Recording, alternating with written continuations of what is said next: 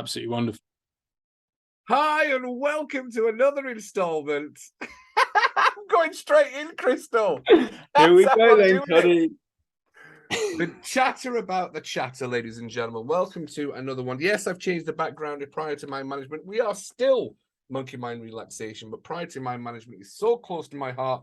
We're taking over the employment workplace space with mental health and well-being and support for staff. However, the biggest part of support, and the reason I wanted to get you on, and we're going to do a big introduction to you, Christo, is suicide awareness. Now, for a lot of people, might not know, depends if you've listened to this live or just a few days after, but Mental Health Day, World Mental Health Day has just arrived. And I'm not going to lie, but it always triggers me that there's only one day a year that we say that it's now World Mental Health Day. And I'm like, no, every day is Mental Health Day, because you've got to be wary, because it will sneak up on you, especially that little monkey mind, Christo, which we're going to talk about through this. But we're going to talk about your background, which is fascinating, and I believe it's the black box. Just tell me what it is, Christo. It's called the black box approach. It's called the black box approach, which is interesting because your background. Well, first of all, Christo, introduce yourself. Say hi to the podcast, to our listeners. Christo Hudson, who are you? Thanks, Cuddy. Thanks for having me along. Nice to speak to you all. Yeah, my name's Christo Hudson. I've been in Edinburgh for 23 years, but I haven't picked up the Scottish accent yet. I'm still working on it. I started flying at university when I joined the University Air Squadron. I met my wife there, and we're still happily married. We're still married. We're still happily married. However many years later, and it was there that I just fell in. I'd always been obsessed with things that flew, anything, kites, rockets. Would throw anything out the window on a parachute when I was a kid, and it was just an obsession. I told my parents that, I'm just going to be a pilot, and they gave me that look of, okay, yeah, really, right, on you go. So I went to university, and whilst I was there, I got signed up to join the Royal Air Force as a pilot. I went through initial officer training, lots of marching, lots of saluting, and running around in the mud, and it was great fun. I loved it. But for me, it was all about the flying and breaking the bonds of Earth.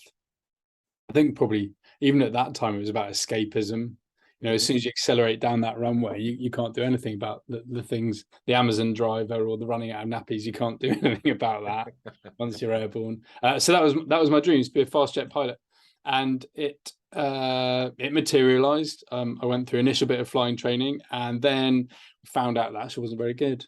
How did you find out you're not very good? Well, you find out very good about it, but because the landings were a little harsher. It might felt like you've been shot out of the sky. And that was that. My landings weren't up to much. Other things weren't up to much. And I had a final, what they were called, chop ride with the chief flying instructor. Flying Officer Hudson, this is the end of the game for you. So that was that. And I had this image. Just because you couldn't land. I mean, I shouldn't say just because you couldn't land. But... No, there were other things. There were things to do with, funnily enough, my mindset when I look back on it, is that I never believed I was invincible. There was always an element of self-doubt there. And that's why I never really succeeded, I think. But I remember standing in the shower and just crying that the world had ended for the first time. The world had ended for the first time. I was just so confused because I always thought that's what I was going to do. Yeah. My wife, she was my girlfriend at the time, and she was like, I only know you as this very driven fast jet jockey, and you're not that with your fast cars, and you're not that. What are you going to do? So I very famously remortgaged my grandmother and all the members of the family to become a commercial pilot. Fast forward through a couple of years, and I became a commercial pilot and worked out of Edinburgh for just coming up for 13 years with Flybe. Flybe maybe as the majority of people knew us, because half the time we were stopped by wrong leaves on the runway, that sort of thing. Yeah. And it was magical because it was a very close-knit family, 2 pilots, 2 cabin crew, doing everything with air traffic control, with passengers, with customer service agents, with refuelers, baggage handlers, and it was just a wonderful, wonderful job. And soon I became a captain, and then became a training captain, teaching new and experienced pilots how to fly the aircraft into weird and wonderful places. And it was genuinely, and I genuinely mean this, and I'll defy anyone to argue with this, but it was the best job in the world. For me, it was the best job in the world. Yes. I got involved in flight safety, and I became a black box investigator. That was my role. Yep. So I was looking at the data, reams and reams of data coming from the aircraft each day, and trying to work out what was really going on behind that flight deck door.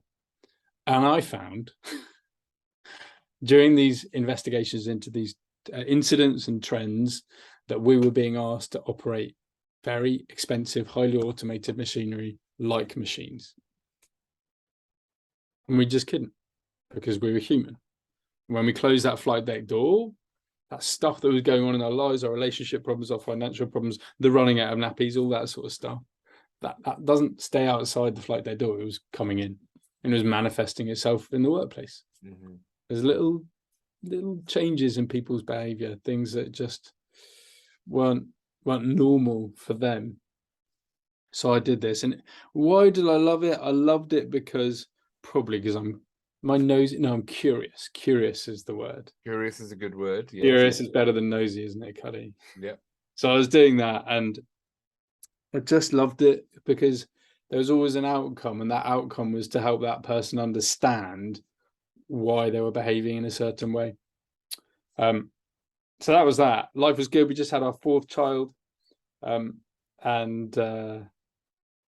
life was good. And then 4th of March 2020, there I was in Manchester Airport doing a bit of training, ready to go, aircraft on time, fuel on board, passengers on board, bags on board, ready to rock. And then a very official looking man came over to the aircraft with an A4 piece of paper. And the A4 piece of paper with some masking tape to put over the door. And it said, the company's gone into administration. You are done. Index, game over. See ya. And that was it. That's the last time I flew a commercial aircraft. 3 weeks later, there was a global pandemic. Didn't expect that. Skies closed, the seas closed, like they did for you. Yeah. And that was it. And my kind of world imploded, really. Everything around me. I was still seen as this person, as this sort of pillar of strength, and everyone was coming to me with all their, what am I going to do? There was 17,000 unemployed pilots in Europe at the time, cabin crew, air traffic control, everyone that surrounded it. That family that we had was just decimated, and I really struggled. I look back at what I call it now, and I can smile about it now, but what we call it is baths, beards, and booze. I spent a lot of time in the bath, hiding away from the world. I grew a really dodgy beard. You know, when you first start growing a beard and it's like, what is this thing? What is this? And that went on. That was dodgy. That was the beards and the booze. We became pretty good friends. You know, when it's the very end of the night of a wedding and everyone's like, oh, let's get the aftershock out. Nah, don't do that. That was pretty standard. Pretty standard. And it went on. Christo, can I ask you a question? Of course you can. I've rabbited enough. So the drink, was that to quieten the voices and the conversations? It's pure escapism. So that's the monkey mind. Yeah, absolutely. That's the monkey mind we always talk about. That's the chatter about the chatter, which is the premise of the podcast. People don't know how to understand that those conversations don't mean to say that you are schizophrenic or bipolar. It's the conversations we have with ourselves that decimate so many people, especially with their mental health. Did with me. I didn't collapse after Royal Caribbean dropped because of COVID. And this was a funny thing, because we're going to talk about identity for you, Christo, as well, is I never identified as a cruise director. So when cruising stopped, I was good to go. And I'm like, well, what am I going to do now? Because my identity, because I'd done the research, I'd done the understanding of identity and the labels. And we're going to talk about the labels that you had as well, we were talking about before. So I was Cuddy, the cruise director. Yeah. I wasn't the cruise director called Cuddy. So once cruising finished, I was like, right, what am I going to do now? No, I'm fine with this. Really, not a problem at all. But a couple of years before, 7 years before, when I had my nervous breakdown, the identity that I had, which I was a winner, successful, driven, and always succeeded, And I didn't just absolutely, like we talked about before, hit you like a juggernaut. And that's what led to my massive downfall in life. Didn't really understand ego, didn't understand fear, full thinking, didn't understand the monkey mind, the conversations that we had. And I certainly didn't know what depression was, or the fact that I was in a depressed state. And I'm not going to say have depression, because again, we don't take ownership of it. I'm going to say I was in a depressed state. So Christo, for you identified as nothing but a pilot and a pilot only, correct? Yeah, that was it. 20 years, and all I need, when you're, as I said to you earlier, when you're a pilot and you go to a party, hey, you're the pilot. Oh, okay. Now, when I tell people I'm a suicide prevention trainer, you should see that dance floor clear. Oh, a lot of this, like just ducking out of sight. Oh, don't want to talk to him. And you're right, but it's taken me a while. It took me a long while to realize that it was just a state, and also that I had completely defined myself by my job role. Yeah, everything in our family revolved around me being a pilot. I'm the pilot. Yeah, but actually, it wasn't. It's something I did, not something I was. There you go. That took me a while. It took me a while for that. It's the scariest thing, and who would have thought? And for any of our listeners right now, is like, no, it's not that simple. Actually, no.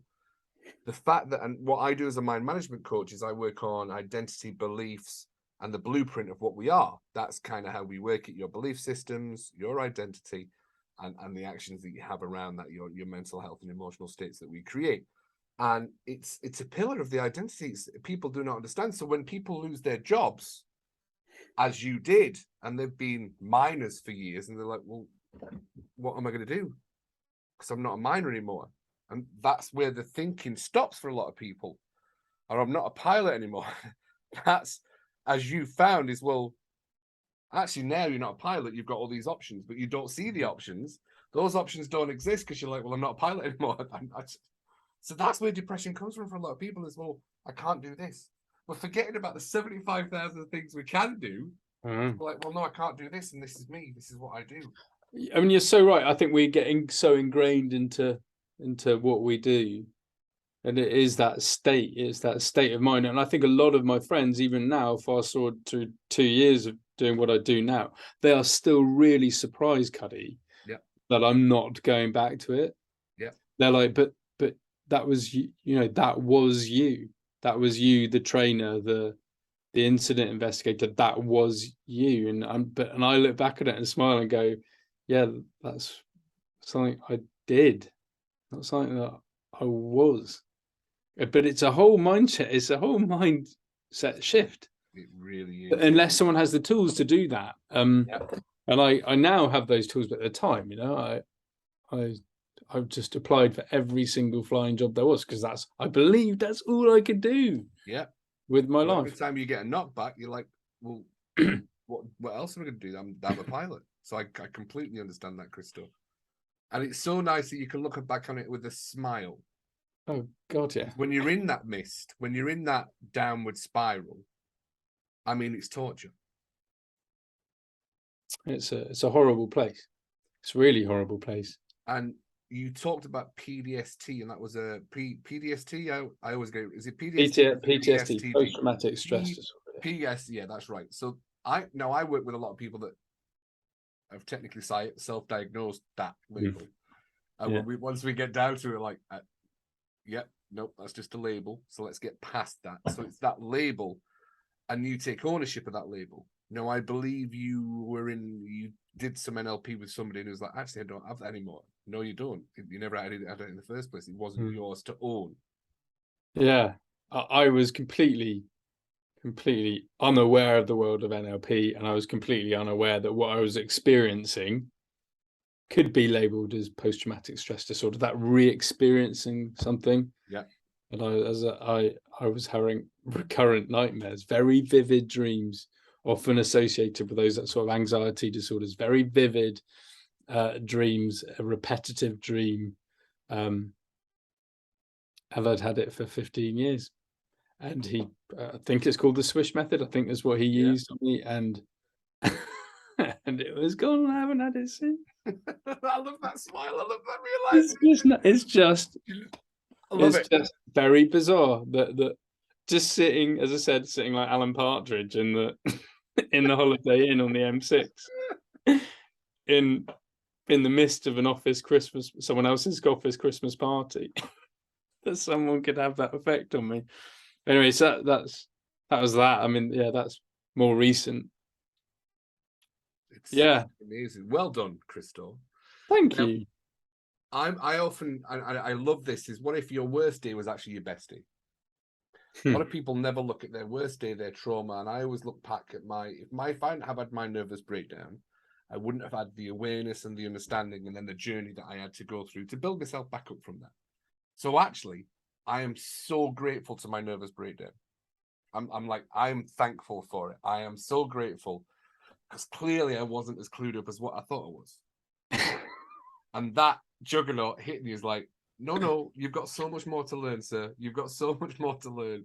And I often say that, especially when now, because we're on this journey, as we call it, life, I actually know nothing. I love that. As much as information I've gained over the years from the books and the teachings that I've learned, I know nothing. It's such a much easier identity. I don't know anything, so I'm willing to learn tomorrow. Is so much better than I know everything and I don't need to know your information. Oh, I love and then that. You crash because you're like, nope, that's the next juggernaut. I know. I love that. I love that. I can really empathize with what you're saying there, and when you think you've got it all together. And I absolutely was like, yeah, I'm smashing life. I'm smashing life. And then life smashed me in the face very hard with a really dodgy beard and a lot of time hanging around in the bathroom, just trying to get away from the world. Absolutely. Right. So let's talk about black box investigation and what you do right now and the tools. And you go into workplaces to talk about suicide, talk about the labels. Tell me more about that, Christo. Absolutely, thank you. So what when I was really struggling and lots of people were coming to me, I trained as a listener, a bit like a Samaritan, taking phone calls from people, and sometimes on those phone calls, people just wanted to have a rant, have a blether, and just chat. And sometimes people were genuinely thinking about ending their own lives, and I could resonate with those feelings. I could really empathize with that person, that they got to a point where they wanted that pain to stop. Didn't necessarily want to die, they just wanted that pain to stop. And I did a suicide first aid course and I did a mental health first aid course, and they were kind of revolutionary for me, because I'd always been a trainer, a facilitator in aviation, and I'd always been investigating these sorts of things. And actually there was this natural thread for me to shine a light on issues that people were experiencing. And suicide was that part of mental health that I found that I could actually be. I don't think you can ever be comfortable talking about it, but we can be confident talking about the subject. So what I do is I go to organizations, and normally I get brought in to do a webinar or a talk. And then I help organizations start these conversations, because that's one of the most difficult things for someone, is that when someone has a physical injury and we can see it, we go, oh, how did you do that? How did you break your bones? Or even my wife, with pregnancies, random people just stroking a bump, because they can see it. They feel like they can talk about it. But when it comes to people's mental health, Cuddy, people, I might make it worse if I mention it, or I'm going to make me feel uncomfortable talking about it. What I do is teach people how to start those conversations, even if it's just little tidbits. Like, I really don't know what to say right now, but I'm really glad you told me. I've noticed this about you. And sometimes when people are feeling down, it's about starting those conversations. So what I do is I talk about mental health in general, what it is, what it's not. I talk about the signs we might spot in someone that is potentially struggling, that might be in that depressed state, or they might be experiencing anxiety or worries and these excessive responses they have. And then we talk about the signs that someone might be thinking about suicide. And I teach people how to ask the question, how to ask that question clearly and directly if someone is having thoughts of suicide. And that's where the mind management comes in, because I'm not a therapist or a counselor. I can't help. We get this fixing people. I'm not that I want to person. stop you right there as well, Crystal. Yeah, the biggest thing you'll ever learn from me is people are not broken. They don't need fixing. They have misaligned thought patterns, and we can work on that. So I will always, always, always. I do it in my Facebook groups. I do it in my conversations. I'm like, you're not broken. Okay. You don't need fixing. I love that, but it's such a cool way for people like, oh, but I feel. Yeah, I know you feel broken, and I know you feel like you need fixing, but you don't. You don't at all. Nobody's broken. I love that. Yeah. And there are people out there like you that can really help someone change that state. But what I do is I help as many people as I can have that confidence to start that conversation. You know, they don't have to, but they don't have to do that. I don't know. It's not the fixing. You know, with that, what we have to do as a population is be able to talk about mental health in general, so that actually when we're worried about someone, we can say, you know what, I've noticed that you've really not been yourself recently, and I'm here if you want to talk, rather than the so yeah, I'm out of here. And I talk about the supports that are available. That's whether it's an EAP like yourselves, or whether it is the Samaritans, or whether it is using Shout or Doc Ready or Subs or Breathing Space.Scott. I give people a massive toolbox so that, you know, when they're like, oh, I'm worried about this person, where am I going to send them? What am I going to say? What am I going to do? Well, actually, you know what?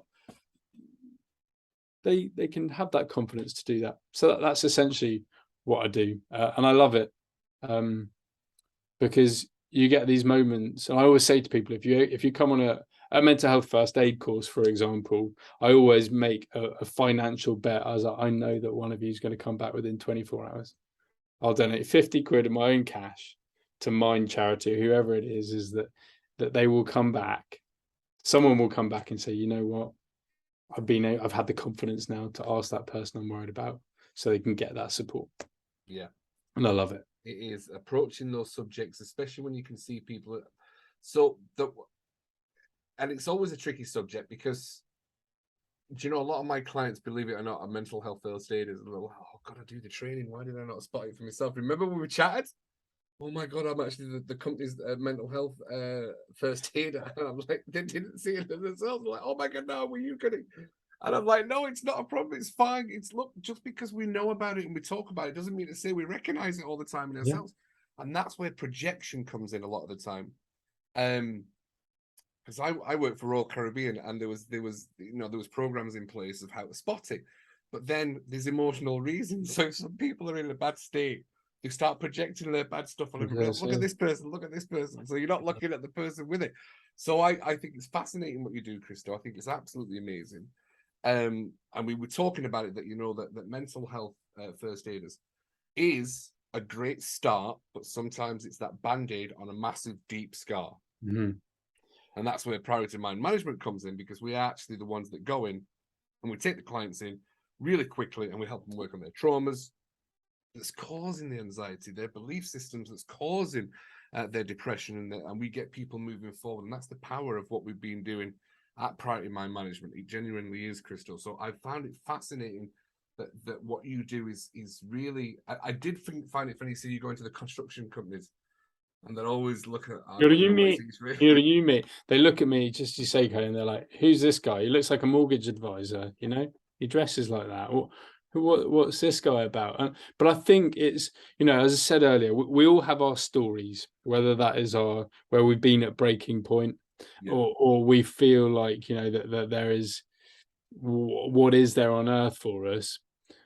And I think that adds to it, but it's about everyone understanding that 1 in 4 of us will experience a mental health condition at any one time. I think 1 in 4. I think worry is a mental health. I think people we have to really, really. And I did a phenomenal radio show with an actual psychologist. Look, mental illness is not mental health. Absolutely. Bipolar disorder, schizophrenia is mental illness. I don't work with that. We work with mental health. We work with anxiety, depression. Depression is not a mental illness. It's an emotional state that we get into, caused by our thoughts.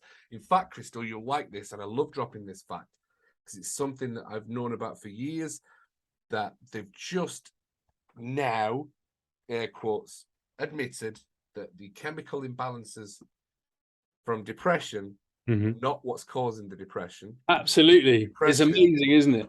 and depression is caused by thought. So you change your thoughts, you change your depression. It's not a chemical imbalance that creates the depression. And I was like, oh my God, they finally admitted it. And That's massive.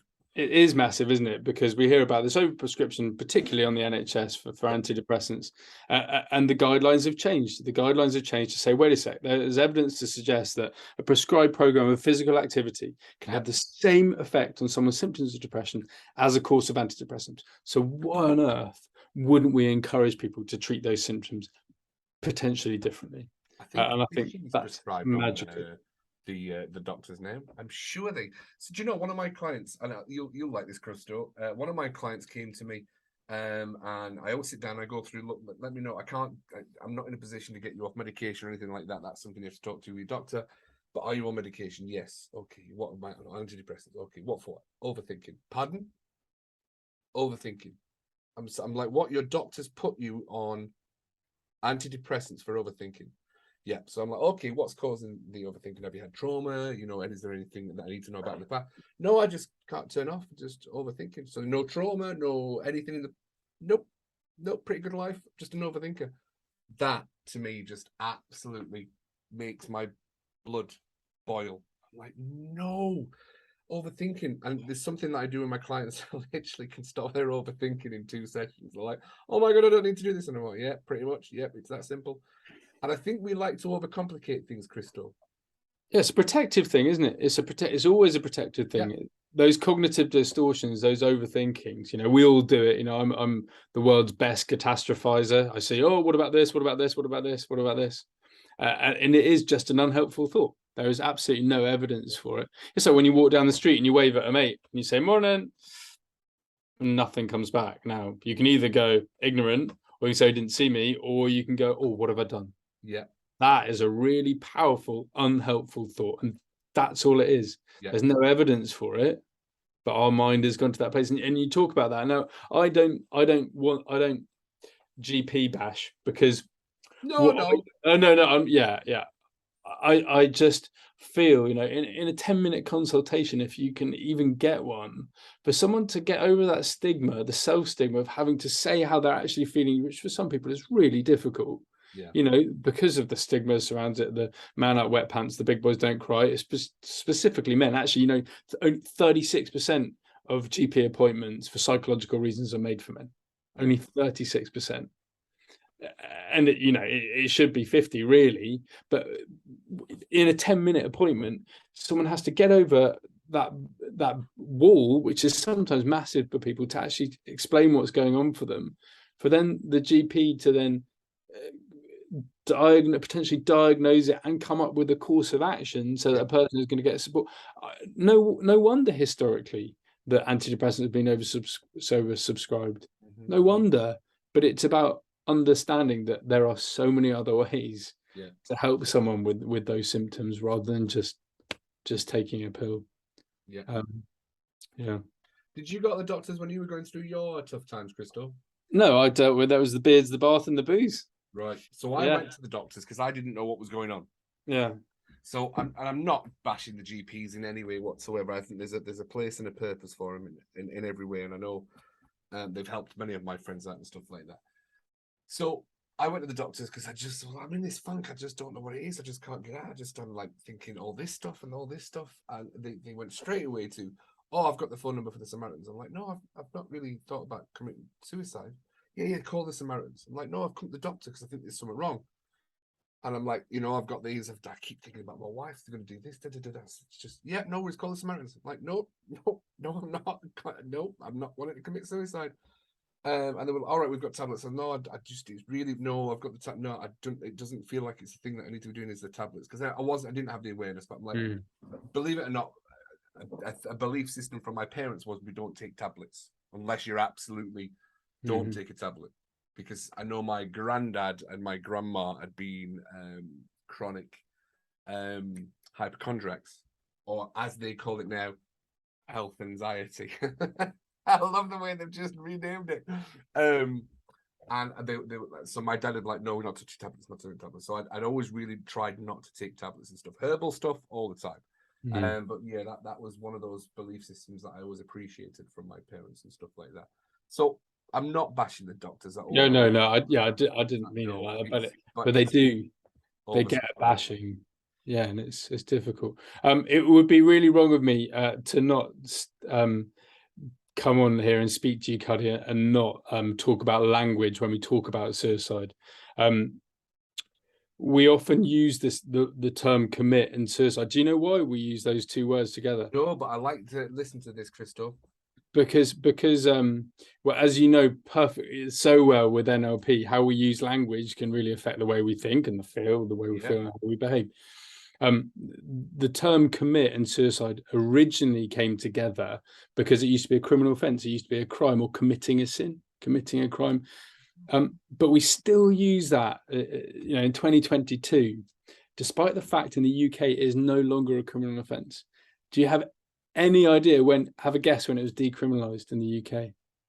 No, You'd think because we use it so often and it's part of our salt and pepper Anton deck. 1960. Go on.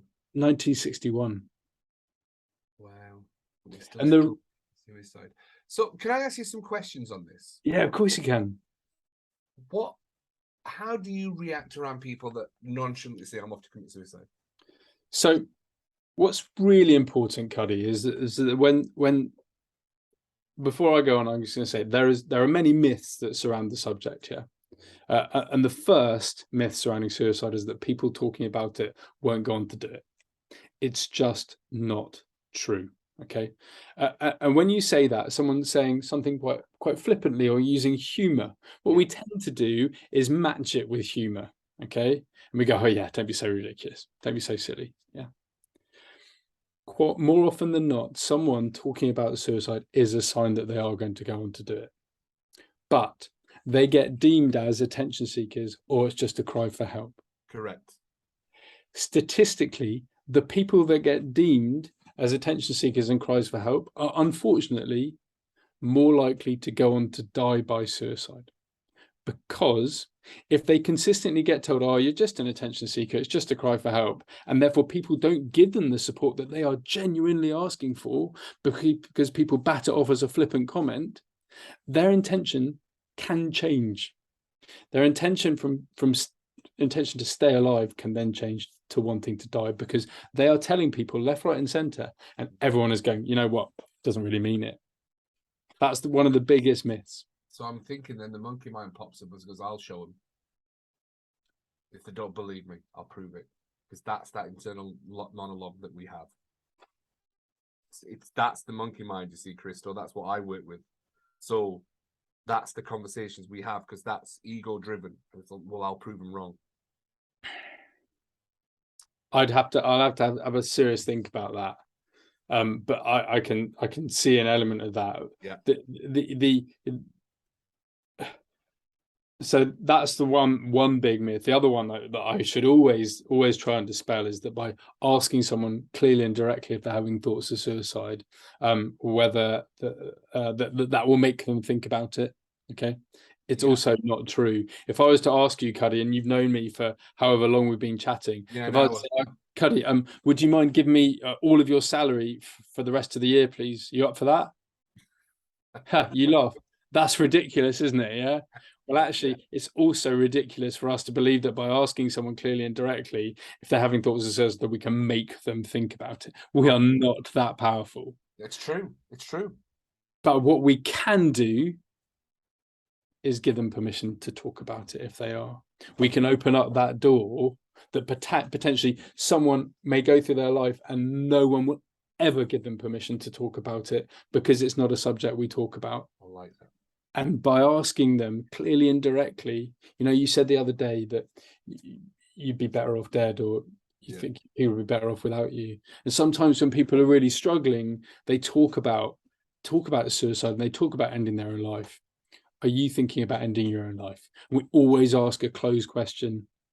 Now, when we talk about mental health, in particular, if we talk about depression or anxiety or bipolar disorder or schizophrenia, we always ask those open questions that tell me, explain, describe. But when it comes to talking about suicide, Cuddy, it's so important that we give them a closed question. We did a yes or a no. Wow. We need to know where they are, because we know that people, actually, according to the ONS and Samaritans, 1 in 20 of us at any one time having thoughts of suicide. 1 in 20 of us. Wow. It's a really common part of life. Some of us, they're just flippant thoughts, and sometimes those thoughts are really persistent. And sometimes someone can go on to talking about suicide and then planning and then going out to what we call a suicidal behavior. And it's really important that we can just ask someone confidently, as I said, I think that you can feel comfortable with it, but ask someone really clearly and directly and find out. And if they say yes, as we've talked about, you don't have to do that fixing. There are amazing supports out there that can help that person. Yeah. You just have to listen. Look how red my ears are tonight. There must be a reason I'm talking about it. You just have to listen. Yeah, that's why you we don't got have to jump to fix it mode. And then there's this other option, people that say, you ask them and you get it wrong.